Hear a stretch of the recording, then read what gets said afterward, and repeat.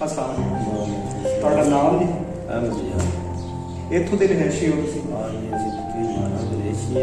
ਅੱਛਾ, ਸ਼ਹਿਰ ਮੰਡੀ ਸਾਬਿਤ ਸਹੀ।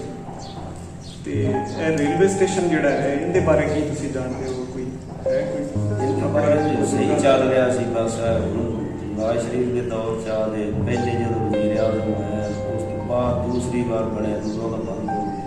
ਅੱਛਾ, ਉਹਦਾ ਦਾ ਬੰਦ ਹੀ ਪਿਆ। ਇਸ ਤੋਂ ਪਹਿਲੇ ਵੀ ਇਹ ਚੱਲਦਾ ਸੀ? ਨਵਾਜ਼ ਸ਼ਰੀਫ ਦੌਰ ਤੋਂ ਪਹਿਲੇ ਚੱਲਦਾ ਸੀ। ਇਹ ਮਤਲਬ ਕਿ ਇੰਡੀਆ ਜਾਂਦਾ ਸੀ ਮਾਲ ਲਿਆ ਨਹੀਂ ਬਸ ਸਵਾਰੀਆਂ ਲਈ? ਸਵਾਰੀਆਂ। ਅੱਛਾ ਅੱਛਾ, ਠੀਕ। ਅਮਰੀਕਾ ਤੋਂ ਬਾਹਵਲਪੁਰ ਸਮਾਂ ਸੱਟਾ।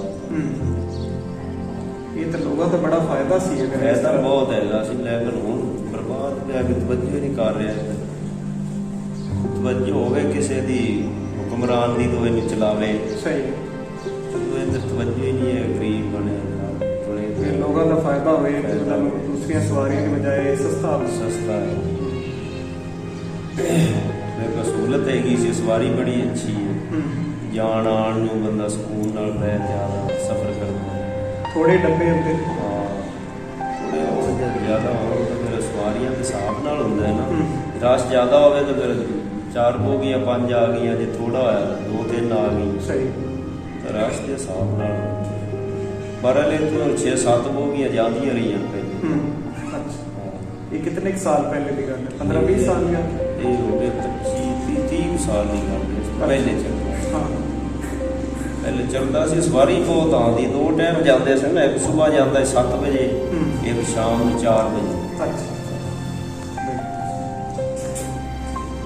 ਬਸ ਫਿਰ ਹੁਣ ਜਦੋਂ ਹੁਕਮਰਾਨ ਹੀ ਸਾਡੇ ਨਹੀਂ ਵਜੋਂ ਕਰ ਆਵਾਮ ਬੜੀ ਚੁੱਕੀ ਹੈ।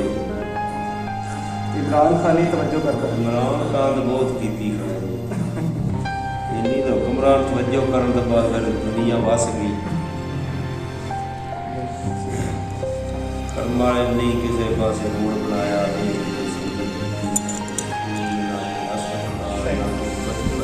ਪਹਿਲੇ ਦੀ ਚੀਜ਼ਾਂ ਪਹਿਲੇ ਦੀਆਂ ਪਹਿਲੇ ਦੀ